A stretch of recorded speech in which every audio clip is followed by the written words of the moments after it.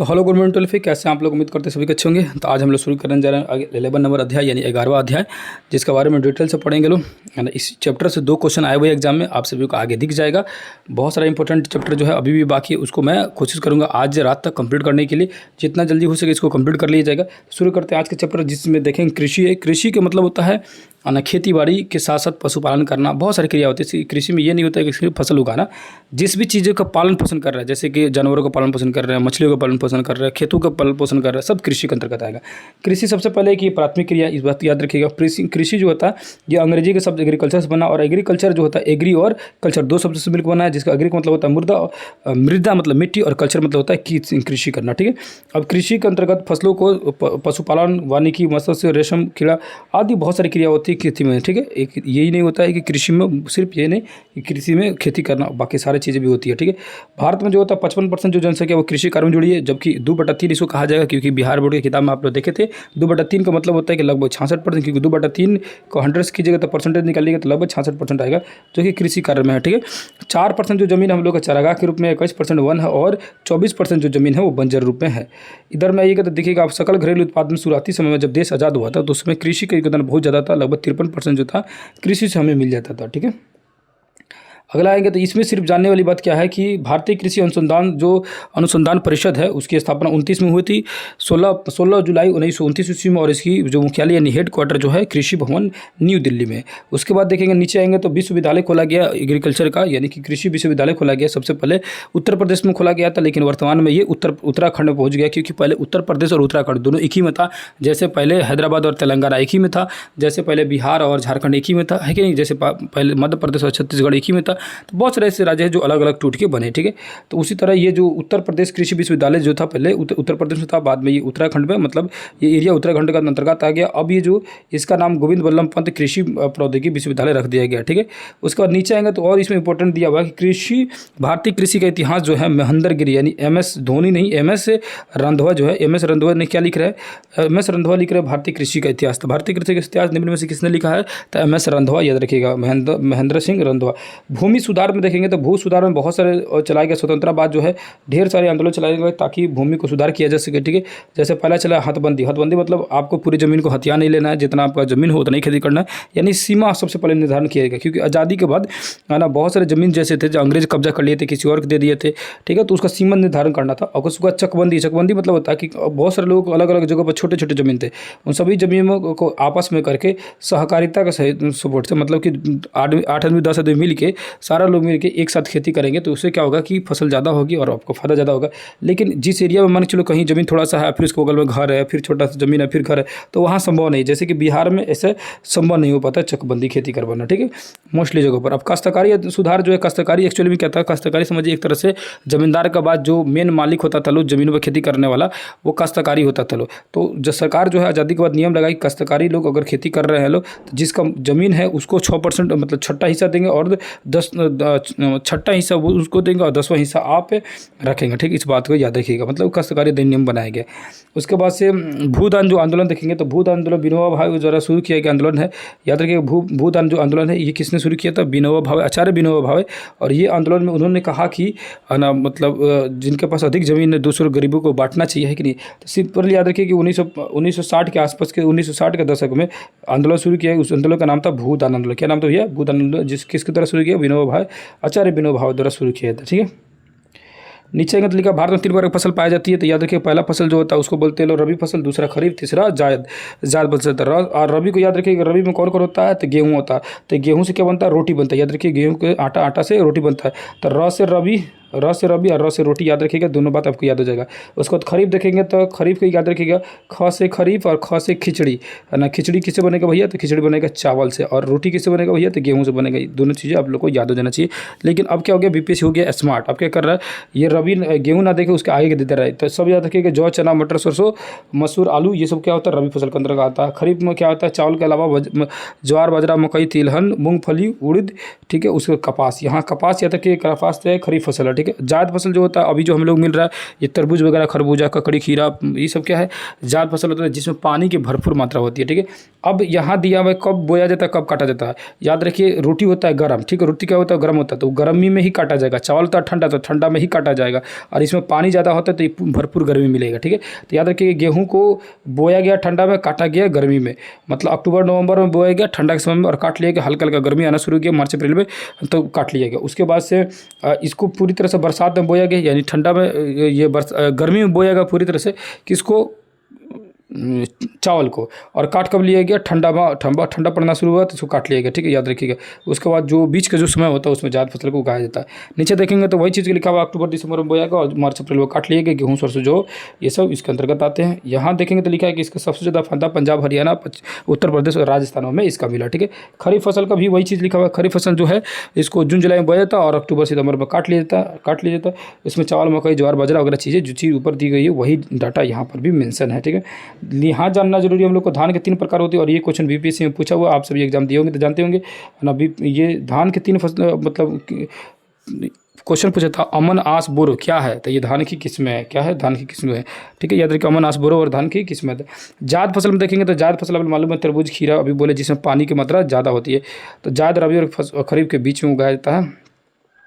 अब यहाँ क्या है कि रेशेदार फसल है, तो रेशेदार फसल है उसको बोलते हैं 3 तरह की फसल का, एक तो खाद्यान्न, रेशेदार और तीसरा जो है था पेय फसल है। तो खाद्यान्न फसल उसको बोलेंगे जो फसलें हम लोग खाने में भी जाता है जैसे चावल, गेहूँ, ये सब खाद्यान्न फसल। रेशेदार फसल उसको बोलेंगे जो फसलें जो होता है क्या होता है कि भैया ये रेशेदार फसल जिससे धागा बनाया जाता है जैसे कि कपास, जूट, ये सब रेशेदार फसलें हो गए सॉरी। पेय फसल उसको बोलेंगे जिसका हम उपयोग पीने के लिए करते हैं जैसे चाय, कॉफ़ी, गन्ना, ये सब क्या है पेय फसलें के रूप में उपयोग किया जा सकता है, ठीक है। उसके बाद अब आगे ये खाद्य फसल में चावल आ गया। चावल जो होता है ना अपना उष्ण कटिबंधीय मौसम होता है जहाँ गर्मी ठीक ठाक है, ठीक है। और 3000 से किस्म अपने ये चावल है, ठीक है। कितना किस्म भैया, 3000 किस्म चावल है। अमन, साली या अगहनी, वही अमन, आस, बोरो है। तो अमन, साली, अगहनी, उसके बाद आस या कार्तिकी या बोरो या डलुआ, ये सब इसको किस चावल की प्रजाति है, ठीक है। नीचे आएंगे तो देखेंगे तो चावल जो है आस फसल के छिड़कर, अब इसमें लिखा है आस को क्या करेंगे, छिड़क कर करेंगे। और बोरो प्रजाति को रोप कर और अमन क्या करेंगे, दोनों विधियों द्वारा लगाया जा सकता है, ठीक है। तो याद रखिएगा अब जो अपडेटेड वर्जन पूछ सकता है कहेगा आज को क्या करेंगे, तो आज मतलब याद रखिएगा गधा, आज को क्या करेंगे छिड़क देंगे, है ना, आज गधा को छोड़ देंगे, ठीक है। और बोरो से याद रखिएगा बोरा में लेके आएंगे और रोपेंगे, बोरा में लेके आइए क्या कीजिएगा रोपेंगे। और अमन जो है अमन मान जाएगा अमन, ठीक है। तो मन में आपको जो मान जाए तो दोनों से रोप दीजिए, चाहे बोरा से कर दीजिए चाहे छिड़क कर लिख दीजिए। तो आज को क्या कर रहे हैं छिड़केंगे, आज जो है छिड़क कर यानी आज मैंने गधा को छोड़ देंगे और बोरा में लेके आएंगे और रोप देंगे, ठीक है, दोनों की याद रखिएगा। बीज छिड़काव विधि, वर्षा का जहाँ अभाव रहता है वहाँ पर बीजों को छिड़काव विधि द्वारा किया जाता है। पौधा प्रतिरोपण विधि, ये डेल्टाई वाला या बाढ़ वाले क्षेत्रों में इसको डेल्टाई विधि से किया जाता है, ठीक है। अब ये जो प्रतिरोपण विधि जो है पौधे का, इसको बोलते हैं जापानी विधि। प्रतिरोपण विधि कहाँ की विधि है, तो जापानी विधि है, ठीक है, जो भारत में 1953 में मतलब प्रचलित हुआ। नीचे देखेंगे तो यहाँ पर कह रखा हम लोग के चावल के लिए 14 डिग्री सेल्सियस औसतम तापमान होना चाहिए और 150 सेंटीमीटर बारिश होनी चाहिए। बारिश देर होनी चाहिए, तापमान को खास जरूरत उतना नहीं है, ठीक है, लेकिन बारिश चाहिए अच्छा खासा। अब यहाँ लिखा है गोदावरी कृष्णा डेल्टा को चावल का कटोरा कहा जाता है। क्वेश्चन पूछ देगा कि निम्न में से किसे चावल का कटोरा कहा जाता है, तो कृष्णा गोदावरी डेल्टा को, ये क्वेश्चन आ सकता है, याद रखिएगा। कृष्णा गोदावरी डेल्टा को क्या बोलते हैं, चावल का कटोरा कहा जाता है, ठीक है। और बहुत जल्द आप सभी के लिए मैं इसका जो है एक 1 लाइनर लेके आ रहा हूँ, खुद से उसको नोट कर रहा हूँ और प्रत्येक चैप्टर में से जितना भी इंपॉर्टेंट क्वेश्चन बन जाएगा उसको बना रहा हूँ। अंतिम समय में आपके लिए आएगा और वो जो रहेगा वो आपके लिए समझिए एक तरह से बहुत ज़्यादा रामबाण की तरह काम करेगा, बहुत ज़्यादा इंपॉर्टेंट होगा। उसको एक बार देख लीजिएगा, जब उसको पढ़ाऊँगा तो उसको देख लीजिएगा, तो आपको एग्जाम में जाइएगा ना तो बहुत चीज़ें उसमें से बहुत सारे मैच कर जाएगा। इस तरह मैं तैयार कर रहा हूँ कि इतनी ज़रूर है कि उसमें से आप लोगों का 40 में से कम 30 प्लस उसमें से क्वेश्चन लड़ा दूँगा, इतनी गारंटी है। देखिए उस तरह से उसको तैयार कर रहा हूँ, बहुत ज़बरदस्त तरीके से क्वेश्चन आएगा और उम्मीद कर रहा हूँ कि वीडियो भी आपको अच्छा लग रहा होगा, है ना। और नए बच्चे होंगे तो हमारे साथ कंटिन्यू जुड़े रहिए, बहुत सारी चीज़ें अभी करने वाले लोग। और अभी जो बीच में का जो समय बच रहा है हम लोग के पास 20-25 दिन, ये 20-25 दिन के बीचों में हम लोग लगातार अब MCQ सीरीज़ लेके आया जाएगा। और MCQ सीरीज़ का अगर आपके पास भी कोई स्पेशल बुक होगा या आप चाहते होंगे कि इस बुक से का सेट चला दिया जाए, तो उस वीडियो को कमेंट में आप कह सकते हैं कि इस बुक का सेट आप कंटिन्यू कीजिए या चालू कीजिए, उस बुक का भी सेट चलाऊँ। क्योंकि मुझे जो है ना कम से कम 4-5 बुकों का सेट करना, मतलब बता देना आप लोगों को, ठीक है, कराना है आप लोगों को, कि ताकि जो है कहीं से इसका भी नहीं छूटे कि ये वाला सेट कर लेते तो बेहतर होता, वो वाला सेट सब बताइए, सबको लेके आऊँगा, सबका सेट करा दूंगा, ठीक है। किसी न किसी वक्त ज़रूर होगा, वो मिल जाएगा मेरे पास सेट, ठीक है। तो उसको जो भी बुक आप जानते होंगे कि इस बुक का सेट बेहतर है, उससे करा दूंगा। और रह गया मेरे पास, तो मेरे पास भी अलग क्वेश्चन है, बहुत सारे ऐसे क्वेश्चन मिलेंगे मेरे पास, ऑब्जेक्टिव क्वेश्चन, जो कि मैं अपने क्लास में बच्चों को तैयारी कराते रहता हूं, तो वो मेरा अलग सेट रहेगा, उसको तो मैं कंटिन्यू कराते रहूँगा। लेकिन आपके पास कुछ होगा कि आप चाहते हो कि स्पेशल इस बुक से करा दीजिए, उस बुक का भी MCQ करा दीजिएगा। सिर्फ MCQ क्वेश्चन की बात कर रहा हूँ, थ्योरी क्लास की नहीं। थ्योरी क्लास तो जो मैं पढ़ा रहा हूँ वही बेस्ट है, मैं जानता हूँ। इसके लिए चाहे किसी भी प्रकाशन से आपको पढ़ना पड़ी, उससे हमें कोई दिक्कत नहीं है, लेकिन NCERT SCERT और इसके अलावा, इस बुक के अलावा हम दूसरा कुछ पे ना आपको सजेशन देंगे, ना हम कभी बोलेंगे कि कोई और किताब पर ध्यान दीजिए। आपको ध्यान देना होगा तो बेशक आप किसी से भी पढ़ सकते हैं, कहीं से भी पढ़ सकते हैं। MCQ सीरीज़ के लिए जहाँ से बोलिएगा, जिस भी क्वेश्चन, क्योंकि MCQ क्वेश्चन के लिए कोई टेंशन नहीं है, जहाँ से भी मिल जाए वहाँ से आपको सेट लगाते रहना चाहिए, पढ़ते रहना चाहिए। तो आप अपने कमेंट में बता सकते हैं कि कौन सा बुक चलाया जाए, उस बुक को शुरू कर दीजिएगा। अब गेहूँ में आएंगे तो गेहूँ के देखेंगे तो भारत के बाद दूसरा जो है सबसे बड़ा फसल है, भारत का सबसे बड़ा फसल कहा जाएगा तो चावल है, और चावल सबसे ज़्यादा उगाया कहाँ जाता है, पश्चिम बंगाल में। इस बात को याद रखिएगा।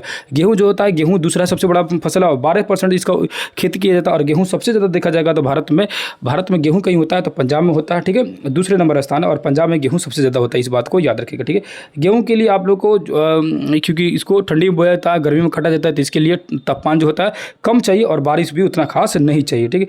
गेहूँ में क्या होता है, गेहूँ दो तरह का होता है। एक तो गेहूँ के लिखा कि सफ़ेद गेहूँ जिससे रोटी वगैरह बनता है, ठीक है, जिसको सामान्य रोटी वाला गेहूँ कहते हैं, ठीक है, रोटी के गेहूँ बोलते हैं। और दूसरा होता है मकरैनी गेहूँ। मकरैनी गेहूँ जो होता है ना, ये लाल रंग के कठोर मिट्टी, जो मिट्टी होता है, यानी काली मिट्टी या लाल रंग का कठोर, ये होता क्या है कलर, तो मकरैनी मिट्टी तो लाल रंग का होता है, कठोर होता है, ठीक है। और ये किस मिट्टी में उपजाया जाता है, तो काली मिट्टी में इसका विकास ज़्यादा होता है, ठीक है। अब यहाँ लिखा है कि गेहूँ की बोने प्रजातियों के विकास, लार्मा, रोजो, सेनार, सेनरा और मेया और रेगिन और बोनेपन, ये सब क्या है, इसके बोनापन का जीन्स है, ठीक है। गेहूँ का मतलब बोनापन हो जाता है, ठीक है। अब कह रहे हैं कि है ना, राज 3077 एक ऐसी प्रजाति है जिसे देर के लिए एवं सिंचित करने के लिए उपयुक्त मानी जाती है। देर से बुआई, मतलब इस गेहूं को देर से बुआई किया जा सकता है, ठीक है। आगे आएंगे। अब यहाँ गेहूं के प्रमुख किस्में लिखे हैं, तो सोनालिका है, अर्जुन है, कुंदन है, अमर है, भवानी है, चंद्रिका है, प्रभारी है, कल्याण है, सोना और मैक्रोनी है। तो अगर अमन आस बोरो दिया है चावल का, तो क्या गेहूं का नहीं पूछ सकता, बताइए आप लोग। गेहूं का भी पूछ सकता है। और इसका नाम देखिए कितना नाम फेमस है, सोनालिका, अर्जुन, कुंदन, अमर, अमर के बाद भवानी, चंद्रिका, प्रभानी, कल्याण, सोना के बाद मैक्रोनी ना, मैक्रोनी, ये सब क्या है, गेहूं के किस्में है, प्रमुख किस्में। और इसको किस्मों को याद रखिएगा, ठीक है, इस नाम को आप पकड़ के रख लीजिएगा। गेहूं में जो बीमारी होता है उसका नाम है पीली कीट, भूरा कीट और काला था। पीली, भूरी, काली, ये कीट जो बीमारी होती है, रस्ट जो होता है वो। अब करनाल बट में देखेंगे तो ये क्या है ना, ये रोग ना टीलेटिया इंडिका के नाम से, कवक से होता है। टीलेटिया इंडिका नाम से कौन सा रोग होता है, करनाल बट नामक रोग होता है, ठीक है। मोटे अनाज में देखेंगे तो ज्वार, बाजरा और रागी होता है। ज्वार, बाजरा, रागी होता है मोटे अनाज। मोटे अनाज खासकर शुष्क प्रदेशीय क्षेत्रों में देखने के लिए मिलता है ना। अब ज्वार का देखेंगे तो ज्वार जो होता है ना, ज्वार के हिसाब से देखा जाएगा तो गेहूं के बाद ये तीसरा फसल है। क्या भैया, किधर गया, ज्वार यहाँ आ गया। ये क्या भैया, तो तीसरा जो फसल यहाँ देख सकते लिखा हुआ है, गेहूं के बाद जो है ज्वार जो होता है तीसरा महत्वपूर्ण फसल है ज्वार, ठीक है। ज्वार जो होता है अफ्रीकी मूल का पौधा, उष्णकटिबंधीय पौधा है। तो क्वेश्चन पूछेगा ज्वार निम्न में से किस मूल का पौधा है, तो अफ्रीकी मूल का पौधा। इस बात को याद रखिएगा। महाराष्ट्र वगैरह में ज्वार जो होता है बहुत ज़्यादा होता है, ठीक है, इसे याद रखिएगा, ठीक है। यहाँ पर लिखा हुआ, इस बात की याद रखिएगा। दक्षिण भारत में इसको खरीफ और खरीफ दोनों में उगाया जाता है। उत्तर भारत में इसको खरीफ कहा जाता है ज्वार को, वही दक्षिण भारत में खरीफ और रबी दोनों मौसमों में इसको उगाया जाता है, यानी दोनों फसल के रूप में उगाया जाता है। बाजरा जो होता है ये भी अफ्रीका मूल के निवासी, और ये इसको क्या कहा जाता है, तो गरीब लोगों का आहार है। क्या भैया, गरीब लोगों का आहार है या जानवरों का आहार है, ऐसे मोस्टली जानवर लोग इसे यूज करते हैं, ठीक है। उसके बाद इधर आएंगे आप साइड में। अब मकई के बारे में देखेंगे तो मकई जो होता है ना, ये अमेरिकी मूल का पौधा है। 17वीं शताब्दी में ईस्ट इंडिया कंपनी द्वारा, ईस्ट इंडिया कंपनी ने भारत में इसको लेकर आया। तो मकई जो कहाँ की है, तो मकई जो अमेरिका की प्रजाति है, ठीक है। मकई जो होता है अमेरिका की, यानी मकई यानी मक्का अमेरिका के मूल की प्रजाति है। तो ईस्ट इंडिया कंपनी ने इसको 17वीं शताब्दी में भारत में लेके आया, ठीक है। और भारत में इसकी फसल की खेती होने लगी। इसको पाला और शुष्क पौनों से मकई की फसल की हानिकारक होती है, मतलब कि गर्मी वाला और पाला दोनों ज़्यादा मिलेगा तो इसको बर्बाद हो जाएगा फसल, ठीक है। अब यहाँ लिखा भारत में अधिकांश पिंटल किस्म की मकई पाई जाती है। तो भारत में जो मक्की पाई जाती है वो किस किस्म का है? तो पिंटल है, ठीक है। हिमाचल प्रदेश में डेंट किस्म की पाई जाती है भारत में, लेकिन अधिकांश क्या पाई जाती है? पिंटल किस्म की मक्का पाया जाता है और डेंट किस्म के मकई पाया जाता है। इस बात को याद रखिएगा, ठीक है। अब मकई का व्हाइट बर्ड नामक रोग जो होता है जस्ता और जस्ता की कमी कारण, ये क्वेश्चन कई बार पूछ चुका है। व्हाइट बर्ड नामक रोग जो होता है किस में होता है? तो मकई में होता है। किसी कमी से होता है तो जस्ता की कमी से होता है। ये दोनों क्वेश्चन कई बार पूछता है, ठीक है। अब आइए जौ के बारे में। जौ जो उसका उपयोग होता है ना शराब और बिस्किट बनाने में ज़्यादातर इसका उपयोग होता है। जौ बहुत पुराना भारत में होते आ रहा है ना। जो गेहूँ और जो आप लोग पढ़े होंगे, जो मेहरगढ़ में सबसे पहले इसकी खेती की गई थी। मेहरगढ़ जो जगह है वो पाकिस्तान में है, और वहाँ पे जो पहाड़ी, उस पहाड़ी के नाम है सुलेमान और किरथर की पहाड़ियाँ। उसी पहाड़ी के मध्य में जो जगह है मेहरगढ़, वहीं पर खेती की गई थी सबसे पहले गेहूं और जौ की, ठीक है। जो कि सिंधु घाटी सभ्यता के से पूर्व 7000 ईसा पूर्व की कहानी मैं बता रहा हूं। उस समय खेती की थी सबसे पहले, खेती का साक्ष्य वहीं पे मिलता है। और उत्तर प्रदेश में चावल का साक्ष्य मिलता है, जो जगह है कोल्डीवा। ये सारी चीज़ें इतिहास का चीज़ें कई बार मैं पढ़ाया हूँ। अगर आप चाहेंगे तो उसका वीडियो आप देखिएगा तो सारी चीज़ें मिल जाएगा। बहुत डिटेल में चीज़ों को समझाया हूँ, है ना।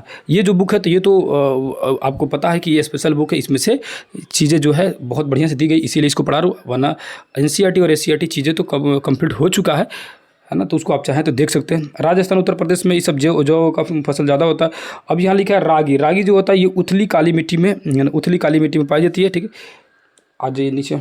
अब लिखा है दलहन, सॉरी दलदल बोल रहा हूँ। दलहन जो होता है भारत में दाल सबसे ज़्यादा उत्पादक होता है। भारत में विश्व का दालों का सबसे बड़ा उत्पादक और उपभोक्ता है। हम लोग दाल को उत्पादन भी करते हैं और दाल को पीते भी बहुत ज़्यादा, ठीक है।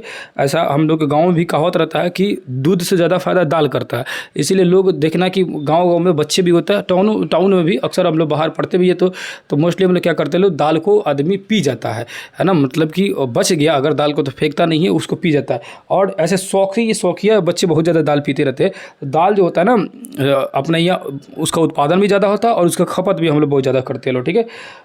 उसके बाद यहाँ लिखा है कि भारत में दालों का सबसे बड़ा उत्पादक कोई राज्य है तो मध्य प्रदेश। यानी दाल सबसे ज़्यादा कहाँ से पाया जाता है? तो मध्य प्रदेश में। एक्चुअली में दाल में सबसे ज़्यादा प्रोटीन पाया जाता है, याद रखिएगा, ठीक है। सोयाबीन और दाल, दोनों प्रोटीन वाला चीज़ मध्य प्रदेश में पाया जाता है। दाल वाला भी और सोयाबीन भी, दोनों कहाँ पाया जाता है? मध्य प्रदेश। यानी प्रोटीन पकड़ के रखा हुआ कौन? मध्य प्रदेश रखा हुआ, ठीक है। उसके बाद महाराष्ट्र है, महाराष्ट्र के बाद गुजरात है, गुजरात के बाद उत्तर प्रदेश, गुजरात बोल रहा हूँ, राजस्थान और उत्तर प्रदेश, ये सब क्या है? दाल के उत्पादन वाले राज्य है, अग्रणी राज्य। राइबोजियम दलहनी पौधे में एक राइजोबियम नामक एक कीड़ा होता है जो कि पौधे में नाइट्रोजन की कमी जब होती है यानी दलहन के पौधे में, तो उसकी पूर्ति करने के लिए ये उपयोग करता है, ये मदद करता है। यहाँ देखेंगे तो है ना, दालों को संतुलित खाद का अनुपात होता है NPK यानी सोडियम पोटासियम और सोडियम फास्फोरस और पोटासियम यानी NPK। तो ये होता है सोडियम, ये होता है फास्फोरस और ये होता है पोटासियम। इन तीनों तत्वों का कितना मात्रा होना चाहिए? 1:2:2, ठीक है। तो कोई चाहे तो इसको पढ़ सकते हैं, कभी कभार एग्जाम में पूछ सकता है। 11% दलहन की खेती होती है, ठीक है। यहाँ आएंगे तब चना को जानेंगे। चना क्या? उसने उपोष्ण कटिबंधीय फसल है, उपोष्ण कटिबंधीय फसल है, ठीक है। और ये मात्र 2% होता है। पंजाब, हरियाणा, राजस्थान, उत्तर प्रदेश, उत्तर राजस्थान वाले क्षेत्र में देख सकते हैं, ठीक है। अरहर जो होता है ये देश की दूसरी दाल की फसल है ना, देश की दूसरी दाल की फसल है। और इसे लाल चना ना, ये पिजनी पी के नाम से भी जाना जाता है। अरहर क्या है ये ना, अरहर जो होता है रहर दाल जिसको बोलते हैं लोग, इसको लाल चना, ये पिजन पी भी कहा जाता है, ठीक है। लाल चना ये पिजन पी कहा जाता है, ठीक है। आ गया जी। यह लगभग अकेले महाराष्ट्र में इसका मतलब ज़्यादातर भाग जो होता है महाराष्ट्र में सबसे ज़्यादा पाया जाता है ये दाल। अगले पेज में आएंगे, अगले पेज में देखेंगे, इसमें आएंगे तो तिलहन का दिया है यानी तेल का। तो तेल में उत्पादन करने में भारत जो है, भारत का जो गुजरात राज्य है वो सबसे आगे। तेल निकालने में क्या है? गुजरात राज्य आगे है, ऐसे भी तेल निकालने में अभी भी आगे है, ठीक है। तो गुजरात राज्य को है तेल निकालने में अभी जो है फिलहाल में आगे है गुजरात राज्य। और मध्य प्रदेश और राजस्थान ये भी सेकंड नंबर और थर्ड नंबर बात है। तिलहन प्रौद्योगिकी जो मिशन जो है वो 1986 ईस्वी में की गई थी। मूंगफली देखेंगे तो मूंगफली क्या है? तो ब्राज़ील का पौधा है। मूंगफली क्या हुई है? तो ब्राज़ील का पौधा है और 42% तेल मूंगफली से हमें मिल जाता है, ठीक है। इस साइड में तो यहाँ पर देखेंगे भारत जो विश्व का सर्वाधिक मूंगफली उत्पादक देश है, ठीक है। तो ब्राज़ीलियन पौधा है मूंगफली, लेकिन हम लोग सबसे ज़्यादा उसका उत्पादन कर लेते हैं लोग गुजरात वगैरह, गुजरात में, आंध्र प्रदेश में और तमिलनाडु। ये है 10th क्लास के आप लोग को जो ज्योग्राफी है यानी भूगोल है उसमें हम लोग इसमें पढ़े हैं लोग, सारी चीज़ों के एक डिटेल में पढ़े हैं लोग, है ना। और एक चैप्टर दो इकाई हमके बचा हुआ, तो 2 इकाई जो है और चौथा इकाई और 5वां इकाई। चौथा इकाई मैं आज कोशिश करूँगा अपलोड कर देने के लिए। 5वां जो इकाई है, 5वां इकाई बिहार के बारे में दिया, बिहार के बारे में डिटेल से समझा जाएगा। और मैं कई बार बोल चुका हूँ, बिहार का आप लोग का MCQ सीरीज़ का क्वेश्चन में डाल दिया हूँ, और वो बहुत इंपॉर्टेंट है, एक बार उसको जरूर देखिएगा, क्योंकि उससे देखने से आपको बहुत सारी चीज़ें क्लियर हो जाएगी। और उसको डिटेल से मैं समझाने की कोशिश किया हूँ, और भी बहुत सारे डिटेल में उसको पढ़ाया जाएगा। अभी तो उसको शुरुआत किया हूँ, आगे आगे देखिए कि इस 30 दिनों में कितनी सारी MCQ क्वेश्चन सीरीज ला दूंगा, कंटिन्यू आप देखते रहेंगे। और देखिए मेन है कि MCQ सीरीज जो आ रहा है ना, इधर उधर से नहीं कि कभी कुछ दे दिए कभी कुछ दे दिए। मैं कह रहा हूँ क्या कि उसको सीक्वेंस से पढ़ा जाएगा, उससे फ़ायदा होगा, उससे टॉपिक पकड़ में आता है। नहीं तो कभी कुछ पढ़ो कभी कुछ पढ़ो, उससे चीज़ें गड़बड़ होती है। ठीक है, तो आप देखते रहिए कंटिन्यू, बहुत सारी चीज़ें क्लियर होगी, एक एक करके सारी चीज़। जैसे जैसे इधर से थ्योरी क्लास कंप्लीट होगा, वैसे वैसे धीरे धीरे उधर MCQ की तरफ से रफ्तार से बढ़ा जाएगा। और मैं अगेन वही बोलूँगा कि सेट का कोई भी किताब का आपका नाम याद होगा या पता होगा तो आप जरूर हमारे पास मैसेज कर सकते हैं, कमेंट कर सकते हैं, या पर्सनल मेरे व्हाट्सएप पर भी मैसेज कर सकते हैं। आप सभी को पता है, जहाँ भी आपको मैसेज करना होगा, जिस तरह का भी होगा, किताब का फोटो भेजना होगा, भेज सकते हैं कि इस किताब का सेट चला दीजिए। मैं बिल्कुल ही उस सेट को शुरू करूँगा, और किसी भी बुक को शुरू करूँगा 1-2 दिन में उसको कंप्लीट कर दूँगा, फिर नए नए बुक। इसलिए मैं चाहता हूँ कि जितने ज़्यादा बुक को मैं करा दूँ उतने ज़्यादा फायदा हो, कि क्वेश्चन जहां से मिल जाए आप लोगों को MCQ क्वेश्चन को सेट लगाते रहना चाहिए। ठीक है, तो विश्व में सबसे ज़्यादा उत्पादन करता है ये तेल का भी है ना। उसके बाद ये गुजरात वगैरह भी तेल है मूंगफली में है। ठीक है, अब यहाँ लिखा है पेनिंग है ना। पेनिंग क्या होता है? एक मूंगफली को है ना, मूंगफली के लिए फायदेमंद प्रक्रिया है पेनिंग, याद रखिएगा। तो पेनिंग निम्न में से किससे संबंधित हो जाएगा? तो मूंगफली में जो फसल उगाने की जो प्रक्रिया होती है उसमें पेनिंग जो होता है फायदेमंद होता है। अब यहाँ लिखा है सोयाबीन अभी देखे लो कि जो मध्य प्रदेश जो था सबसे आगे 1 नंबर पर था, और उसके बाद से दूसरे नंबर पर देखेंगे तो राजस्थान और महाराष्ट्र। सोयाबीन में क्या होता है? एक्चुअली में प्रोटीन बहुत ज़्यादा पाया जाता है, याद रखिएगा। और मोस्टली जो बच्चे होते हैं वो सोयाबीन जो होते हैं, हम लोग पटना में आदमी रहता था तो क्या करता था, वही सब आलू सोयाबीन का सब्जी बनाइए शॉर्टकट, और उसी को यूज कीजिए। मध्य प्रदेश में सर्वाधिक होता है सोयाबीन का उत्पादन। उसको देखेंगे तुरिया यानी लाही या सरसों। ठीक है, तो तोरी सरसों जो होता है, यानी तोरी या सरसों में भी भारत जो है 1 नंबर में, यानी हम लोग सरसों भी उत्पादन करने में लोग भारत क्या है 1 नंबर में। ठीक है, अब यहाँ देखेंगे तो लिखा है पीताम्बरी क्या है? तो पीली सरसों की प्रजाति है। तो क्वेश्चन पूछेगा पीताम्बरी क्या है? पीताम्बरी है सरसों की प्रजाति। तो कहेगा निम्न में से सरसों की प्रजाति कौन सी है? तो पीताम्बरी। ठीक है, याद रखिएगा। अब आइए सूरजमुखी को तापमान कितना चाहिए? 15 से 25 डिग्री सेल्सियस तापमान चाहिए, और 50 सेंटीग्रेड से भी कम वर्षा वाले क्षेत्रों में भी हो सकता है, यानी बारिश से कोई खास चाहिए नहीं, और तापमान में भी कोई उतना खास चाहिए नहीं। ठीक है, अब लिखा है तिल है ना। तिल जो होता है, तिल आप लोग तिल का ये तिलकुट वगैरह खाते होंगे, तो भारत में सर्वाधिक तिल का उत्पादन करता है। क्या करता है? तिल का उत्पादन करता है। गुजरात इसमें सबसे आगे है तिल के उत्पादन करने में। ठीक है ना। उसके बाद देखेंगे तिल उत्तर भारत में तिल खरीफ है, और दक्षिण भारत में इसको रबी फसल कहा जाता है। ठीक है, तो मौसम के हिसाब से जहाँ जैसे मौसम होगा उसी तरह नहीं खींचेगा। अब लिखा हुआ अलसी या अरंडी की जो तेल होता है, इस मध्य प्रदेश में इस अलसी का उत्पादन बहुत ज़्यादा होता है। खरीफ और रबी फसल ये दोनों तरह के फसलों के अंतर्गत आता है। ठीक है, उसको नीचे आएंगे तो रेशेदार फसल में देखेंगे। रेशेदार फसल में जिससे धागा वगैरह बनाया जाएगा, जैसे कपास जो रेशेदार फसल है, इससे धागा बनाएंगे, कपड़ा बनाएंगे। तो ये भारत का देसी फसल है, क्योंकि कपास की खेती सिंधु घाटी सभ्यता से ऐसा माना जाता है कि सिंधु घाटी सभ्यता से ही होते आ रहा है। कपास का हम लोग का साक्ष्य मिला हुआ है। ठीक है, और ये खरीफ फसल है, बस इस बात को याद रखिएगा। पीछे भी आप लोग को बता चुका हूँ, अभी जस्ट बताया हूँ। ठीक है, अब नीचे आएंगे तो यहाँ देखिए कपास जो होता है काली मिट्टी में होती है, काली मिट्टी में इसकी खेती होती है। चूँकि काली मिट्टी जो होता है ना, वो बेसाल्ट की चट्टानों में पाया जाता है। बेसाल्ट चट्टान कौन सा होता है? तो लावा निर्मित चट्टान होते हैं। और लावा कहाँ से निकलता है? तो ज्वालामुखी में से निकलता है। मैग्मा निकल के बन जाता है लावा, और लावा जो होता है टूट के बनता है काली मिट्टी। इसी काली की मिट्टी के नाम है एक दूसरा नाम रेगुर मिट्टी, और इसी रेगुर मिट्टी में होती है कपास की खेती। ठीक है, बस इतनी चीज़ें याद रखिएगा। काली मिट्टी में जल धारण करने की क्षमता अधिक होती है। ठीक है, अमेरिका, अब यहाँ पर लिखा है कि अमेरिकन कपास के देश के उत्तर पश्चिम भाग में नरमा कहा जाता है। तो अमेरिकन कपास को देश के उत्तर पश्चिम भाग में इसको नरमा कहा जाता है, यानी अमेरिका में सिंपल समझिए कपास का बोलते हैं नरमा कहते हैं बस। जूट देखेंगे तो जूट क्या है? उष्णकटिबंधीय पौधा है जूट, आप लोग मालूम है। और ये जूट जो होता है सबसे ज़्यादा भारत में पश्चिम बंगाल साइड में होता है। और पश्चिम बंगाल के बाद देखेंगे तो बिहार के किन जिलों में होता है? बिहार के यहाँ पर किशनगंज, पूर्णिया और कटिहार वाले क्षेत्रों में होता है, क्योंकि यहाँ से पश्चिम बंगाल से किशनगंज ये शुरू हो जाता है। तो किशनगंज, पूर्णिया और कटिहार में जूट की फसल ज़्यादा उगाई जाती है, और वही पश्चिम बंगाल पूरे भारत में सबसे ज़्यादा उगाई जाती है। और पूरी दुनिया के हिसाब से देखेंगे तो बांग्लादेश जो है फिलहाल में सबसे आगे जूट उत्पादन करने में। ठीक है, भारत जो होता है, भारत विश्व में बृहत्तम उत्पादक उत्पादन करता है। भारत जो है जूट उत्पादन करने में आगे है, ठीक है, लेकिन पश्चिम बंगाल भी इससे आगे। एक्चुअली में पश्चिम बंगाल में जब आज़ादी का समय जब हुआ था तब पश्चिम बंगाल साइड में ही जूट की फसल ज़्यादा होता था। जब देश आज़ाद हुआ, जब ये पूर्वी पाकिस्तान यानी बांग्लादेश जब अलग हुआ, तो उसमें जूट की ज़्यादातर जो उगाने वाली फसलें थी वहाँ चली गई, लेकिन हमारे पास मशीनरी ज़्यादा थी, तो धीरे धीरे हम लोगों ने भी इसका उत्पादन बढ़ाना शुरू कर दिया, ठीक है। अब यहाँ श्वेत जूट, भारत में अधिकांश जो होता है वो श्वेत जूट होता है, सफ़ेद जूट होता है, ठीक है। जूट को क्या बोलते हैं भैया, तो सुनहरा रेशा बोलते हैं, यानी कि क्या बोलते हैं भैया, जूट को सुनहरा रेशा यानी कि क्या बोलते हैं, गोल्डन फाइबर बोलते हैं। याद रखिएगा, जूट को क्या बोलते हैं, गोल्डन फाइबर बोलते हैं, इस बात को याद रखिएगा। नीचे आइएगा तो देखेंगे गन्ना, एक अधिकांश से गन्ना आप देखेंगे, गन्ना क्या है, उष्णकटिबंधीय जलवायु वाला भारतीय मूल का पौधा। याद रखिए भारतीय मूल का, गन्ना क्या है, तो भारतीय मूल का पौधा है, ठीक है। गन्ना क्या है भैया, तो भारतीय मूल का पौधा। अब इधर आइएगा तो ये लाल दोमट मिट्टी या किसी भी तरह की मिट्टी में हो जाता है, बलुई मिट्टी में हो जाता है, ठीक है। दोमट मिट्टी उसी को बोलते हैं जो हल्का बालू हो, और चिकनी मिट्टी हो। और चिकनी मिट्टी जो होता है वो पूरी तरह से क्ले होता है, और वही बलुई मिट्टी में पूरी तरह से ज़्यादातर मात्रा में बालू देखने के लिए मिलता है। भारत उसने गन्ने की खेती के लिए सर्वाधिक जो बढ़िया उससे खेती होती है, मतलब गन्ना में एक नंबर उत्तर प्रदेश है, बस इतना याद रखिए, ठीक है। उसके बाद जो है महाराष्ट्र है, तो गन्ने में एक नंबर उत्तर प्रदेश। भारत में पहली बार जो मिल लगाया गया था 1903 में लगाया गया था, उत्तर प्रदेश के देवरिया जिले के प्रतापपुर नामक स्थान पे था। पहली बार मिल लगा था गन्ने के लिए, कहाँ लगा था भैया, तो देवरिया के, उत्तर प्रदेश के देवरिया जिले में। तो उत्तर प्रदेश देवरिया जिला प्रतापपुर में लगा था पहला चीनी मिल, लगा था 1903 ईस्वी में, क्योंकि यहाँ पर गन्ने की फसल होती है भरपूर मात्रा में। अब देखेंगे तो इसको शक्कर नगर चीनी का एक प्रमुख उत्पादक केंद्र है, जो कि तेलंगाना में। तो शक्कर नगर कहाँ भैया, कहाँ भाग गए भाई साहब, शक्कर नगर कहाँ भैया, तो एक मिनट रुकिए जाइए, गुस्सा के भाग गया, इधर आ गया।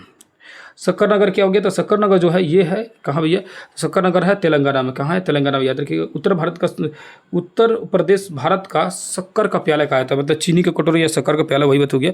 और कोयम्बटूर जो होता है ये गन्ना प्रजनन संस्थान जो है कहाँ है, कोयम्बटूर, यानी तमिलनाडु में है, ठीक है। इस साइड में आएंगे, चाय के बारे में जानेंगे। चाय जो होता है, चाय जो मूलतः ये कहाँ का है, तो दक्षिणी चीन और यूनान के पठार का पौधा है। तो चाय कहाँ का भैया, तो चीन का है। चाय चीन का और यूनान का पठार का पौधा। 1841 ईस्वी में दार्जिलिंग यानी दार्जिलिंग जो है पश्चिम बंगाल, उसके बाद असम के क्षेत्र कछार में, तमिलनाडु के क्षेत्र नीलगिरी में, यहाँ पर चाय का फसल उगाया गया ब्रिटिश शासकों द्वारा, ठीक है।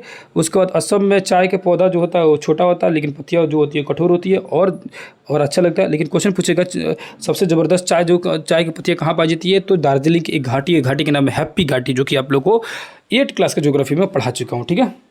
अब चाय को क्या चाहिए भैया, तो पाला लगेगा तो हो जाएगा हल्ला, ठीक है। तो यानी चाय को क्या लगना चाहिए, पाला। चाय फसल के लिए क्या है, बहुत ही भयानक हानिकारक है, यानी क्या ग्रीन गोल्ड चाय जो प्रमुख किस्में है, बहुत सारे चाय की किस्में थी। भारत में चाय जो होता है उत्पादन में आगे है, और आगे में कौन सा राज्य है, तो असम है। चाय उत्पादन में बहुत ज़्यादा चाय का उत्पादन होता है उत्तर प्रदेश में, ठीक है। उसको होता है कि विश्व में अग्रणी चाय निर्यातक देश में देखेंगे तो केन्या, चीन, ब्राज़ील और भारत, ये सभी देश आते हैं चाय के उत्पादन में, ठीक है। उसके बाद नीचे आएंगे तो नीलगिरी की पहाड़ी और इलायची की पहाड़ी। इलायची की पहाड़ी में आप लोग को बता चुका हूँ, जबकि हम लोग यहाँ ऐसे आते हैं, तो इधर आते हैं तो ये पश्चिमी घाट, ये पूर्वी घाट, बीच में आता है नीलगिरी की पहाड़ी है। नीलगिरी की पहाड़ी के नीचे है अन्नामलाई की पहाड़ी, और अन्नामलाई की पहाड़ी की सबसे ऊँची चोटी है अनाईमुड़ी, और उसके नीचे है कार्डेमम यानी इलायची की पहाड़ी है। इस तरह की पहाड़ी, ये है पश्चिमी घाट, ये है पूर्वी घाट, बीच में नीलगिरी की ऊंची चोटी है दोदा बेटा, और यहाँ ये अन्नामलाई की ऊंची चोटी है अनाईमुड़ी। क्वेश्चन पूछता है दक्षिण भारत की सबसे ऊंची चोटी कौन सी है, तो अनाईमुड़ी, और उसके नीचे है कार्डेमम यानी इलायची, ये है यानी कार्डेमम यानी इलायची, याद रखिएगा, ठीक है। आ जाइए और सब, तो चाय के बारे में जान लो असम वगैरह में। अब आइए कॉफ़ी के बारे में। कॉफ़ी वाला क्वेश्चन जो एक बार एग्जाम में पूछा हुआ था, है ना, बाबा बुदन की पहाड़ी में पूछा था क्वेश्चन, जो एनिमल में से कॉफ़ी कहाँ उगाया जाता है, तो ऑप्शन में दिया था बाबा बुदन पहाड़ी, और बहुत सारे लोगों को नहीं दिमाग में आया था, क्योंकि समझ नहीं आता कि बाबा बुदन पहाड़ी हैलो है कि नहीं है, बहुत सारे लोगों को तो पता नहीं था, ठीक है। तो बाबा बुदन की पहाड़ी जो है वो कर्नाटका में, याद रखिएगा, वहीं पर कॉफ़ी का उत्पादन ज़्यादा होता है, ठीक है। तो कहवा जो ये अबिसिनिया यानी अबिसिनिया नामक मूल पौधा से है, जिसका सर्वप्रथम बाबा बुदन की पहाड़ी यानी कर्नाटक में रोपा गया था, ठीक है, एबिसिनिया नामक, है ना। और ये क्वेश्चन कहाँ दिया हुआ है, तो ये क्वेश्चन दिया हुआ आप लोगों के 10th क्लास के ज्योग्राफी में आप लोग को मिल जाएगा, ठीक है। अब यहाँ लिखेंगे तो मिलेगा अपने उत्तम स्वाद के कारण भारतीय कहवा विदेश में लोकप्रिय है। तो भारतीय कहवा जो है क्या है, काफ़ी ज़्यादा फेमस है पूरी दुनिया में, ठीक है। नीचे जी भैया, भारत में सबसे ज़्यादा कहवे का उत्पादन कौन करता है, तो कर्नाटक। अभी देखिए लो, कर्नाटक करता, केरल करता, और कर्नाटक में बाबा बुदन की पहाड़ियाँ थी। कहवा की 3 किस्में होती है, अरेबिया, रोबस्टा और लिबेरिया ना लिबेरिका। तो अरेबिया, रोबस्टा और लिबेरिका भारत में 3 किस्म की कहवा होती है। अरेबिका जो होता है ये ज़्यादा, यानी अरेबिका कहवा जो होता है, कहवा यानी कॉफ़ी का पौधा, ये अधिक ऊंचाई पर होता है और ये सबसे ज़्यादा होता है देश में। अगर सबसे ज़्यादा अगर किसी का उत्पादन होता है तो ये अरेबिका होता है, ठीक है। किधर गया यहाँ, ये होता है देश में सबसे ज़्यादा अरेबिका होता है, ठीक है। आ गया जी। ब्राज़ील जो होता है, ब्राज़ील कॉफ़ी में आगे है और उसके बाद वियतनाम, कोलंबिया, ये सब क्या है, कॉफ़ी में आगे है सब, ठीक है। इधर देखेंगे रबड़ का, देखेंगे तो रबड़ में इंपॉर्टेंट क्या है, तो रबड़ में जानेंगे तो ये रबड़ जो होता है ना, रबड़ अमेजन बेसिन में जंगली रूप में पाया जाने वाला हेविया ब्राजीलियंस नामक एक वृक्ष जो होता है। तो याद रखिएगा, हेविया नामक जो वृक्ष है, जो ब्राजीलियंस वृक्ष है, इसके दूध से जो लेटेक्स निकलता है, तो दूध या कभी कभी लेटेक्स दे देता है, लेटेक्स जो निकलता है उस लेटेक्स से क्या बनता है, ये बनाया जाता है रबड़ को, ठीक है। ये वृक्ष को 1876 ईस्वी में सर हेनरी बिलियन थे, सर थे, मतलब सर तो उनके आगे लगाया जाता है इसे। तो सर से बस याद रखने की है कि रबड़ क्या इरेजर है, मिटाने वाला हम लोग के लिए, है ना, जो इरेजर जिसे बोलते हैं लोग। तो रबड़ को सर लेके आएंगे, कौन लेके आएगा, सर लेके आएगा ना। तो सर हेनरी बिलियन जो थे रबड़ को, यानी कि रबड़ को लेके आए भारत में, और यहाँ पर 1876 ईस्वी में लेके आए। रबड़ का उत्पादन जो होता है दक्षिणी केरल वाले पहाड़ी क्षेत्रों में किया जाता है, जहाँ की सेली सबरी में इसकी होता है उत्पादन, ठीक है। पेरियार घाटी में, यहाँ देख सकते हैं पेरियार घाटी है, और पेरियार आप लोगों को पता है ये कहाँ है, साउथ में, केरल साइड में, ठीक है। भारत में केरल में रबड़ का उत्पादन में प्राय एकाधिकार है, मतलब रबड़ का उत्पादन सबसे ज़्यादा कहाँ होता है या किस क्षेत्रों में सिर्फ होता है, तो केरल में होता है। इस बात को याद रखिएगा। एकाधिकार जब आ जाता है तो वो अकेले हो गया, जैसे कि पायराइट एकाधिकार था, तो क्वेश्चन पूछ दिया था कि निम्न में से पायराइट जो होता है कि कहाँ पाया जाता है, तो कहाँ था, बिहार में होता है, ठीक है। ये शायद क्वेश्चन पूछा था कि बिहार में इनमें से कौन सा पाया जाता है, तो शायद ऑप्शन में पायराइट, तो मतलब इसी तरह पूछा था। पायराइट के लिए एक अधिकार है बिहार, और याद रखिएगा अभ्रक के लिए एक अधिकार है झारखंड के कोडरमा जिला, ठीक है।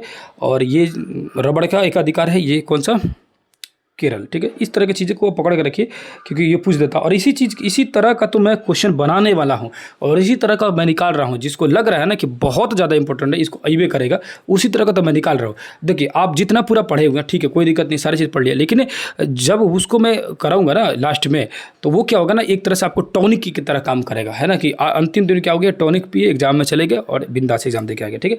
इंडोनेशिया फिलीपींस के बाद भारत विश्व का तीसरा जो होता है नारियल उत्पादक देश है। तो इंडोनेशिया फर्स्ट नंबर में, उसके बाद फिलीपींस है, और इंडोनेशिया जाइए, फिलीपींस जाइए, उसके बाद भारत आइए, नारियल आपको मिल जाएगा, ठीक है। उसके बाद भारत में नारियल देखेंगे तो तमिलनाडु, केरल और कर्नाटका में बहुत ज़्यादा होता है। साउथ में से भी आप लोग देखेंगे नारियल के पेड़ बहुत ज़्यादा। तंबाकू में देखेंगे तो तंबाकू भारत का 16वां और पुर्तगालियों द्वारा लाया गया ये क्या भैया, तो पौधा है। तो तंबाकू यानी सुरती जो होता है, और सुरती का नाम सुरती क्यों पड़ा, क्योंकि सूरत के पास इसको लेकर आया जाता था, सूरत यानी गुजरात में, वहीं से नाम प्रचलित हो गया सुरती। और ये जब अपने एरिया में आया, भारत में आया, तो विभिन्न जगहों पर इसका उत्पादन शुरू हो गया। जैसे बिहार में उत्पादन होता है मुजफ्फरपुर, है ना, उसके बाद से है समस्तीपुर, मुजफ्फरपुर, समस्तीपुर और एक और जगह वैशाली, ये तीनों के बीच में एक जगह है, उसका जगह का नाम है सरईसा जगह। और इस सरईसा में जो तंबाकू की खेती होती है बहुत तगड़ा होती है, और इस तंबाकू का जो स्वाद जो होता है बहुत कड़क होता है। अब ऐसा नहीं कि हम खाए हैं तब बता रहे हैं, है ना, ये सब चीज़ से बहुत ज़्यादा दूर रहते हैं। किताबों में लिखा हुआ है 6 या 7th क्लास के, जब आप लोग को मैं पढ़ा रहा था ज्योग्राफी में, तो सरईसा नामक जगह का चर्चा किया गया था, और उस जगह बताया जा रहा था कि वहाँ पर जो तंबाकू जो होता है बहुत ही कड़क होता है, और इस तंबाकू का मार्केट में बहुत ज़्यादा वैल्यू है, ठीक है। तो बिहार में इस क्षेत्र का सरईसा क्षेत्र, क्वेश्चन देते हैं कि बिहार का सरईसा क्षेत्र किस लिए प्रचलित है, तंबाकू उत्पादन के लिए। जैसे मुजफ्फरपुर लीची के लिए, हाजीपुर केला के लिए, उसी तरह सरईसा जो है इसके लिए फेमस है, तंबाकू के लिए फेमस है, याद रखिएगा, ठीक है। आगे जी, भारत विश्व का चौथा सबसे बड़ा तंबाकू निर्यातक देश, और चीन जो है चीन के बाद दूसरा सबसे बड़ा उपभोक्ता है।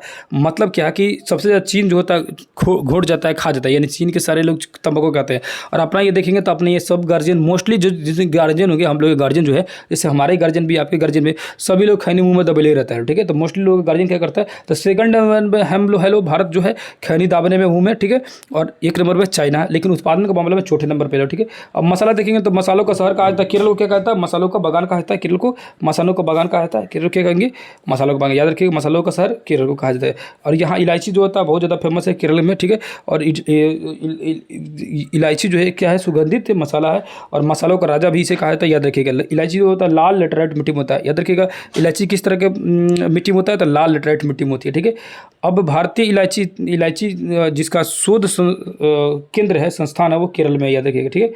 अब लौंग देखेंगे तो लौंग जो होता है भारतीय केरल वगैरह साइड पे पाया जाता है, आप सभी को पता है। यहाँ देखिए काली मिर्च जो है, काली मिर्च देखेंगे तो काली मिर्च एक लतानुमा झाड़ी है जिसे उष्ण और आर्द्र अनुकूल जलवायु में होता है, जिसे चिकनी मिट्टी में प्रयुक्त होता है। काली मिर्च को भारत का काला सोना कहते हैं, ये याद रखिएगा, क्योंकि ये अंग्रेज के समय से फेमस है ना। जबकि क्योंकि मैं पढ़ा रहा था मैसूर वाला लड़ाई में, तो उसमें बताया था आप लोगों को कि जो टीपू सुल्तान था वो काले सोने पर रोक लगा दी। इसका मतलब क्या है, काली मिर्च पर लगा दिया, क्योंकि ये बहुत ज़्यादा डिमांड था इसका। पुर्तगाली लेके गया था लोग ना अपना यहाँ, तो जब मीट में डाल के बना रहा था ना, तो इतना ज़्यादा स्मेल वहाँ फैल गया कि लोग जो है मतलब इसके दीवाने हो गए कि हमरो चाहिए, तभी से तो फेमस हो गया काली मिर्च। और उसी के बाद से तो अंग्रेजों ने हमारे यहाँ आना शुरू हो गया भारत में, ठीक है। अब यहाँ आएंगे तो लिखा हुआ है चावल और इसके रोग, तो इसको एक झलक देख लिया जाएगा, तो कभी आ जाएगा एग्जाम में तो बना दिया जाएगा। चावल ब्लास्ट रोग, गेहूँ रेतुआ, गन्ना लाल यानी रेड डॉट, चना उखड़ गया, उकटा, ठीक है। उसके बाद से अरहर जो है वो तना बिलगम, ठीक है। अब ये जो है यहाँ पर देखिएगा तो ये चीज़ें दी गई है, ये प्रमुख कृषि संस्थान है, तो इसमें कुछ का चीज़ आपको याद करना जरूरी है। मत्स्य बोर्ड विकास है वो हैदराबाद में, और चावल संस्थान ये कटक में। क्वेश्चन पूछता है बहुत बार कि राष्ट्रीय चावल शोध संस्थान कटक में। डेयरी अनुसंधान संस्थान कहाँ भैया, तो करनाल में, कम से कम याद रखिएगा, हरियाणा करनाल में है, ठीक है। और उसके बाद देखें कॉफ़ी अनुसंधान केंद्र जो है ये कहाँ है, चिकन मंगलूर में, जो कि केरला साइड में था, कॉफ़ी नहीं कर्नाटका साइड में था, ठीक है। यहाँ आएंगे तो इस साइड में देखेंगे तो यहाँ कॉफ़ी का बोर्ड दिया है, कॉफ़ी बोर्ड बेंगलुरु, रबड़ बोर्ड कोट्टापम केरल में, चाय बोर्ड पश्चिम बंगाल, तंबाकू बोर्ड आंध्र प्रदेश, मसाला बोर्ड ये केरल में, ठीक है। राष्ट्रीय मांस और पोल्ट्री बोर्ड ये दिल्ली में, भारतीय अंगूर प्रसंस्करण बोर्ड ये पुणे में, मांस और कुक्कुट प्रजनन ये दिल्ली में, ठीक है, यानी मांस वाला दिल्ली में है, ठीक है। उसके बाद नीचे जी इस साइड में देखेंगे तो पूरा मैप दिया हुआ, किसका मैप दिया हुआ, ये भारतीय कृषि शोध संस्थान का मैप दिया हुआ, और कुछ इसमें है नहीं। अगले पेज में आया तो यहाँ भी मैप दिया, क्या चीज़ का मैप दिया, भारतीय कृषि का जलवायु क्षेत्र दिया, 15 जलवायु क्षेत्र है, किन क्षेत्र में किस तरह का जलवायु है, ठीक है। मतलब ये क्षेत्र बताया है कि यहाँ पर कौन सा भाग किस तरह का भाग है, ठीक है। तो ये चीज़ें मैं बता चुका हूँ पहले भी। अब जी यहाँ लिखा हुआ है कि इस साइड में देखेंगे भारतीय कृषि विकास में देखेंगे तो 57% भूभाग जो कृषि लाएगा, और 12% जो भूभाग है उस पर विश्व का 12% पर, और भारत के 57%, यानी कि भारत के संदर्भ में देखेंगे तो 57% भूभाग पर हम लोग खेती कर रहे लो, लेकिन पूरी दुनिया के संदर्भ में देखेंगे तो 12% जमीन पर खेती कर रहे लो, बस अंतर यही है, ठीक है। देश में अधिकतर जो कृषि होती है वो कौन सी कृषि होती है, गहन कृषि होती है। अब ये कृषि का प्रकार यहाँ पे आएगा सारी चीज़ें कि कौन से कृषि के प्रकार है, ठीक है। इस साइड में जी अब यह हरित क्रांति के बारे में दिया, तो हरित क्रांति के नाम याद रखिएगा। अमेरिका के वैज्ञानिक जो थे विलियम गैंड के द्वारा सर्वप्रथम हरित क्रांति का 1960 के दशक में शुरू किया गया। लेकिन भारत में पूछेगा तो भारत में हरित क्रांति का अगर जनक कहा जाएगा तो इधर देखिए SS स्वामीनाथन जो थे हरित क्रांति के जनक थे, ठीक है, याद रखिएगा। उसके बाद यहाँ लिखा है कि अंतर्राष्ट्रीय चावल अनुसंधान केंद्र जो है मनीला यानी कि फिलीपींस में, इस भारत का चावल अनुसंधान केंद्र था कटक में, और पूरी दुनिया का फिलीपींस में, और बिहार पुलिस और बिहार ऐसे ही में। ये सब क्वेश्चन जो है फेवरेट क्वेश्चन है, कई बार ये क्वेश्चन पूछते रहता है, ठीक है। हरित क्रांति का फायदा कहाँ हुआ, तो हरित क्रांति का फायदा जो पंजाब हरियाणा वाले क्षेत्र में ज़्यादा हुआ, क्योंकि खेती वहाँ पर ज़्यादा होती है, और खासकर गेहूं की फसल पर इसका फायदा ज़्यादा देखने के लिए मिला, ठीक है। हरित क्रांति के जनक मालूम चलेगा। इसमें हो क्या रहा था हरित क्रांति में, तो उन्नत किस्म के बीज का उपयोग किया गया था, यानी हाई यील्ड वेराइटीज, जो आप लोग नहीं बोलते, क्या बोलते उसको, हाइब्रिड वाला बीज का उपयोग किया गया, ठीक है, हाइब्रिड पौधा जिसको बोला जाता है। आगे जी यहाँ देखेंगे तो क्रांति का नाम लिखा, और इस क्रांति को याद करना जरूरी है। हरित क्रांति खाद्य से उत्पादन, मतलब खाद्य पदार्थ यानी गेहूं चावल वगैरह संबंधित है। और उसको लिखा स्वर्ण क्रांति यानी सुनहरी क्रांति जो है फसल सब्जी वगैरह से बागवानी संबंधित है। श्वेत क्रांति ये याद रखिएगा, श्वेत क्रांति कई बार पूछा हुआ है, दूध से संबंधित है। और एक क्रांति इसी तरह क्वेश्चन दिया हुआ था, बीपीएससी में ही क्वेश्चन दिया हुआ था आप सभी को, है ना, क्वेश्चन उसमें आया हुआ था। उसके बाद देखेंगे तो लिखा हुआ है काली क्रांति, तो खनिज तेल से, कृष्ण काली ये काली क्रांति। नीली क्रांति देखेगा तो मत्स्य से हो जाएगा। गोल क्रांति आलू से हो जाएगा। भूरी क्रांति उर्वरक से हो जाएगा, ठीक है। उसके बाद नीचे आएंगे भूरी क्रांति के बाद पीली क्रांति तिलहन से था, शायद यही क्वेश्चन पूछा था पीली क्रांति वाला। रजत क्रांति जो होता है ये अंडा से उत्पादन होता है। इंद्रधनुष क्रांति जो होता है ये किससे होता है भैया, इंद्रधनुषी क्रांति ये कृषि में समग्र क्रांति यानी नवीन कृषि की नीति से है, ठीक है, नए कृषि की नीति से। उसके बाद से अमृत क्रांति जो है नदियों को जोड़ने की योजना से अमृत क्रांति, ठीक है। सदाबहार क्रांति ये कृषि उत्पादन में दुगुना न टिकाऊ कृषि के लिए। गुलाबी क्रांति ये प्याज उत्पादन से, ये याद रखिए गुलाबी क्रांति। जितना को टिक लगाया ना इसको तो एकदम पढ़ ही लीजिएगा। लाल क्रांति मांस और टमाटर से उत्पादन से, ठीक है, लाल क्रांति लाल टमाटर और मांस से, ठीक है। इस सबको तो छोड़ना नहीं है, जितना टिक लगा कर कहूँ। इसका PDF मैं आज जो है अपलोड कर दूंगा, ठीक है, जिसमें 9, 10, 11 तीनों चैप्टर का आपको मिल जाएगा, ठीक है। अब ये महलवाड़ी व्यवस्था कहा है, रैयतवाड़ी व्यवस्था, इस सब के बारे में तो इतिहास में कई बार डिटेल समझाया हूँ। अच्छा ये पेपर फिर दोबारा आ गया, वही पेज है, ठीक है। अब ये झूम कृषि यहाँ लिखा हुआ है। झूम कृषि को आपको कई बार बताएं कि झूम कृषि जो होता है ना ये पहाड़ी इलाकों में खेती किया जाता है, जहाँ पर क्या किया जाता है उसको काट के जला दिया जाता है, इसीलिए इसको कर्तन और दहन कृषि बोला जाता है। जैसे यहाँ फसल यहाँ काट के जला दिए, मतलब यहाँ के जंगल का साफ कर दिया, उसको छोड़ दिए और उस राख को उसी में डाल दिए, क्योंकि राख में पाया जाता है पोटास, और पोटास से क्या हो जाता है जमीन हो जाता है उपजाऊ, इसीलिए उसको छोड़ देते। इस तरह खेती को झूम खेती कहते हैं। पूर्वोत्तर राज्यों में यानी कि उसको पूर्वोत्तर राज्य इस वाले क्षेत्रों में उसको झूम कृषि कहा जाता है, याद रखिएगा, ठीक है। इस वाले राज्यों में इनको झूम कृषि कहा जाता है। लेकिन इसको अलग अलग जगह अलग अलग नाम है, जो कि भी आई है। बहुत इंपॉर्टेंट और क्वेश्चन एक बार एग्जाम में आ चुका है, आप सभी को पता होना चाहिए, ठीक है। नहीं पता होगा तो यहाँ देखिए, पूर्वोत्तर राज्य में इसको क्या बोलते हैं, तो झूम कृषि बोलते हैं, ठीक है। आंध्र प्रदेश में इसको बोलते हैं पोडू। क्या बोलते हैं भैया, आंध्र प्रदेश में पोडू बोलते हैं, या उड़ीसा में। आंध्र प्रदेश में पोडू, लेकिन उड़ीसा में बोलेंगे तो इसको बोलेंगे पामाडेवी, है ना, कीमान और कुमान, और क्या बोलेंगे उसको बगीरा बोलेंगे। पश्चिमी घाट यानी पश्चिमी घाट की जगह पर लिखा रहता है, किताब में 8वां क्लास में लिखा है, इसके जगह पर केरल। तो केरल में कुमारी या पश्चिमी घाट, क्योंकि पश्चिमी घाट तो वही है ना, ये पश्चिमी घाट की बात कर रही है। केरल में कुमारी, पश्चिमी घाट या केरल में कुमारी, यही वही हो गया। केरल में पूनम भी दे दिया है, तो याद रखिएगा पश्चिमी घाट और केरल में किया जाएगा कुमारी और पूनम, ठीक है, दोनों क्या रखिएगा। स्पेशल दे दे पश्चिमी घाट तो कुमारी जरूर याद रखिएगा, ठीक है। मध्य प्रदेश और छत्तीसगढ़ में देखेंगे तो कौन सा, बीबर, और मध्य प्रदेश में बेबरी लिखा हुआ था, और जो 10th क्लास में जो किताब में था उसमें लिखा होता मध्य प्रदेश का बेबरी, और इसी को याद रखिएगा बीबर या बेबरी, ठीक है। और छत्तीसगढ़ में याद रखिएगा दहिया, मसान, पेटा और बीरा, ठीक है, पेट्टा बीरा। और दक्षिण पूर्वी राजस्थान, दक्षिण पूर्व राजस्थान देखेंगे, ये दक्षिण मतलब नीचे और पूर्व में नहीं है, इस क्षेत्रों में दक्षिण पूर्वी राजस्थान में इसको क्या कहा जाता है, बालरे। तो सिर्फ राजस्थान दिया हुआ था बालरे, याद रखिएगा, 8 क्लास में दिया हुआ है राजस्थान में बालरे। मणिपुर में देखेंगे तो इसको मणिपुर पामलू मणिपुर। हिमाचल प्रदेश में, हिमाचली क्षेत्र में इसको खील कहा जाता है, और वही झारखंड में ये कुरूल कहा जाता है। छत्तीसगढ़ में इसको दीपा कहा जाता है, अंडमान निकोबार और छत्तीसगढ़ में दीपा कहा जाता है। ये सारी चीज़ें 8 और 10th की क्लास में ज्योग्राफी में दिया गया, और इन सारी चीज़ों को मैं पढ़ा चुका हूँ। आप सभी अगर नहीं देखेंगे तो कृपया करके उस वीडियो को देखिए, सब मिल जाएगा A to Z। जितना मैं यहाँ पढ़ाता हूँ ना सारी चीज़ पहले से बताया हुआ हूँ। कुछ चीज़ें नया मिलती है उसको हम लोग पकड़ लेते हैं नया का, वही चीज़ें मुझे निकाले के आप लोग को देना है लास्ट समय में, कुछ नए नए चीज़ें को जो बहुत ज़्यादा इंपॉर्टेंट। जैसे ये पॉइंट जो दिया है इस पूरे पॉइंट का रहेगा आपके सामने, ठीक है ना। उसके बाद जी यहाँ पर देखिए रोपण कृषि देखेंगे, तो रोपण कृषि मतलब क्या होता है, वाणिज्यिक कृषि, बड़े स्तर पर खेती करना रोपण कृषि कहा जाएगा, ठीक है। अब यहाँ देखेंगे तो कृषि के प्रकार दिया है, जैसे BT culture, PC culture, sericulture. इसको कई बार बता चुका हूँ। बीटी कल्चर तो शायद एग्जाम में आया हुआ था, है ना। तो बीटी कल्चर अंगूरों को पालना, ब्यूटीफुल होता है अंगूर। पीसी कल्चर मसाला पीस रहा है किसके लिए, मछली के लिए, तो मछली पालना क्या करता है, पीसी कल्चर। इसको कई बार ट्रिक से मैं बताया हूँ। पीसी कल्चर का याद रखिएगा, पीसी कल्चर मतलब क्या होता है, मसाला पीसना, यानी पीस रहा है मसाला किसके लिए, मछली के लिए पीस रहा है, उसको कहेंगे पीसी कल्चर। अंगूर होता है ब्यूटीफुल, इसीलिए वो बोलते हैं ब्यूटी कल्चर। सेरीकल्चर कल्चर में क्या याद रखिएगा आप लोग, याद रखिएगा जो शेरवानी होता है, शेरवानी में क्या होगा, मतलब रेशम की कढ़ाई होता है ना। शेरवानी में क्या होता है, रेशम कढ़ाई। तो सेरीकल्चर रेशम उत्पादन हो जाएगा। हार्टिकल्चर यानी हरियाली से संबंधित है, तो ये फलों के उत्पादन में हो जाएगा, फल पेड़ पौधा, ठीक है। ऑलिवित, ये मालूम है, ऑलिवित जैतून को बोल लेता है, तो ऑलिवी कल्चर होता है, ठीक है। उसके बाद आरबी कल्चर जो है ये वृक्ष और झाड़ी को होता है, आरबरी कल्चर, ठीक है। एपी कल्चर जो होता है, एपी जो होता है ये हनी, तो याद रखिएगा एपी कंपनी है, एपी कंपनी किसकी, हनी की कंपनी है, ठीक है, हनी कंपनी है यानी मध की कंपनी है, ठीक है। उसके बाद फ्लोरिकल्चर होता है, वो फूलों को, फ्लोरी से नाम दिख रहा है कि फ्लावर होता है, फ्लोरी कल्चर, ठीक है। सिल्वी कल्चर, उसी तरह सारे कल्चर को चाहे तो आप एक एक करके इसको देख लीजिएगा। इसमें से जो इंपॉर्टेंट है उसको मैं पहले ही नोट डाउन कर दिया हूँ, ठीक है। और उसको यहाँ लिखा पोमोलॉजी, फल विज्ञान बोलते हैं पोमोलॉजी, ठीक है, इस बात को याद रखिएगा, ठीक है।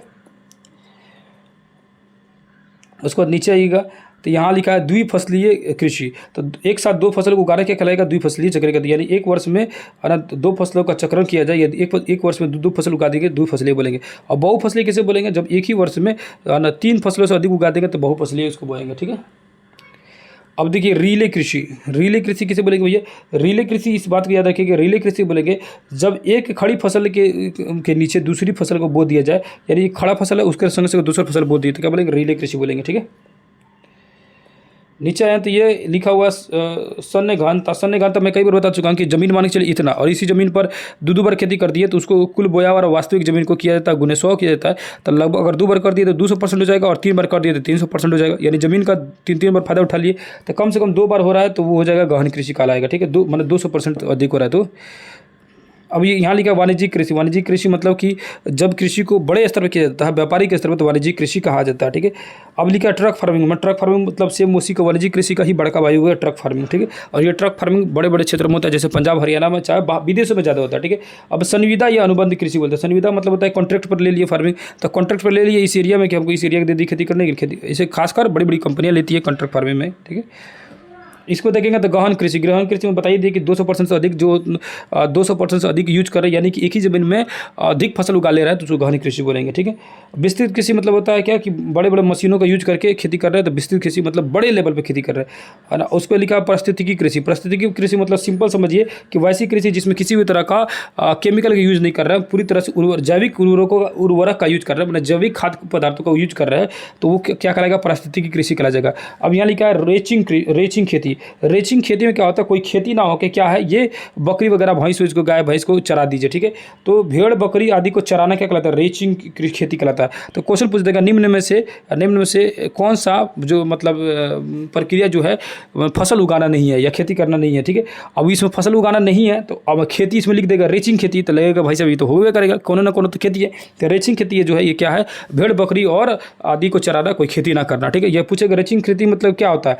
अब रेचिंग खेती में कह देगा फसल ये उगाना, ये उगाना, 3-4 को फसल का नाम दे देगा, उसको दे देगा बकरियों या जानवरों को या पशुओं को चराना, ठीक है। तो ये रेचिंग खेती वही आ जाएगा, ठीक है। यहाँ देखेंगे तो आपको मिल जाएगा, ठीक है। और निगमित खेती होता है मतलब निगम द्वारा खेती करना, मतलब कोई नगर निगम ले लेगा, उस कंट्रोल में खेती कराएगा। सामूहिक कृषि मतलब होता है कि पूरा समूह मिल गया, 10 आदमी 20 आदमी मिल गया। सहकारी में क्या होता है, सहकारी आप लोग बता चुके हैं, सहकारी मतलब वो क्या होता है कि 10 आदमी का ग्रुप मिल जाता है और सभी पार्टनरशिप बराबर रहते हैं, तो उसको सहकारी कहा जाता है। शुष्क कृषि यानी कि जो जहाँ पर गर्मी क्षेत्र हो, सूखा क्षेत्र हो। कार्बनिक कृषि को उसको बोलेंगे वैसा खेती जिसमें क्या किया गया, किसी भी तरह का मतलब केमिकल का यूज नहीं किया गया, पूरी तरह से ऑर्गेनिक फार्मिंग किया जा रहा है, उसको कार्बनिक कृषि कहेंगे। और यहाँ से क्वेश्चन एक पूछा हुआ था एग्जाम में, याद रखिएगा। एक तो ये डाटा याद रखिएगा, और खासकर जो बीपीएससी है ना, पूरी तरह से जो डाटा बहुत ज़्यादा इंपॉर्टेंट है, जो मतलब देख के लग जा रहा है कि क्वेश्चन पूछेगा वही क्वेश्चन पूछ रहा है, ठीक है। कुछ खास अलग नहीं पूछ रहा है, बस हम लोग को जानने की फेर था, इसीलिए अभी आप लोग जान गए हैं लोग, और चीज़ों को आप चाहें तो इसको अपने कंट्रोल में, अपने कब्जे में ले सकते हैं, है ना। और होगा कंप्लीट होगा, ऐसा नहीं है, टेंशन नहीं है, नहीं कि नहीं कंप्लीट होगा, सारी चीज़ें होगा कंप्लीट। और ना आप लोग को हार मानना है, ना रुकना है, ना थकना है, कंटिन्यू चालू रहना है, सारी चीज़ें आपका क्लियर हो जाएगा। उत्तराखंड के नैनीताल जिले में मकंदपुर गांव में 100% ऑर्गेनिक खेती होती है। तो उत्तराखंड हो गया, और उत्तराखंड के जो नैनीताल जिला है उसके कौन सा गांव हो गया, तो उत्तराखंड राज्य नैनीताल जिला मकंदपुर गांव, वहाँ होता है ऑर्गेनिक खेती, इसको ऑर्गेनिक गांव की संज्ञा दी गई है, ठीक है। उसके बाद देखेंगे तो नीचे आएंगे तो बायोटेक जो है, बायोटेक पार्क बनाने वाला भारत का पहला राज्य पंजाब बना है। तो बायोटेक पार्क बनाने वाला कौन सा है, तो भारत का पहला राज्य पंजाब बना हुआ, ठीक है।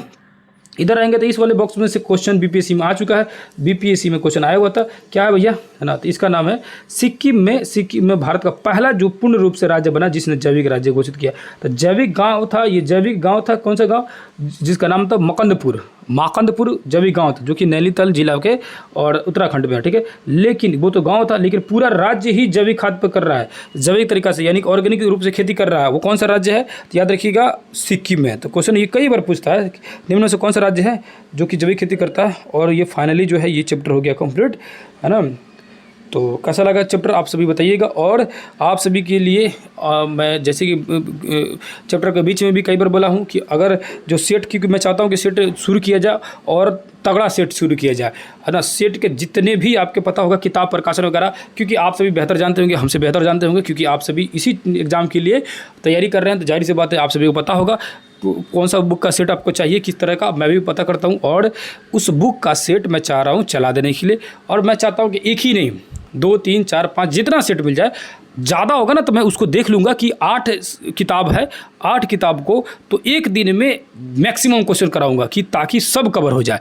इतने ज़्यादा क्वेश्चन करा देना है कि अगर उन्हीं में से क्वेश्चन आएगी तो एक भी क्वेश्चन नहीं छूटेगा। और ऐसा नहीं कि क्वेश्चन को मैं आप लोगों को पहला वीडियो डाला हूँ, आप लोग देखिएगा, उसको थोड़ी सी समझा के डाला हूँ, और उससे भी और विस्तृत रूप से समझा के हर एक टॉपिक को कोशिश करूँगा बताने के लिए, ताकि चीज़ें आपको बेहतर तरीके से समझ आए और आप अच्छे से एग्जाम को फेस कर पाए। तो उम्मीद कर रहा हूँ वीडियो आपको अच्छा लग रहा होगा। फिर किसी दूसरे क्लास में मिलेंगे, तब तक के लिए बहुत बहुत धन्यवाद।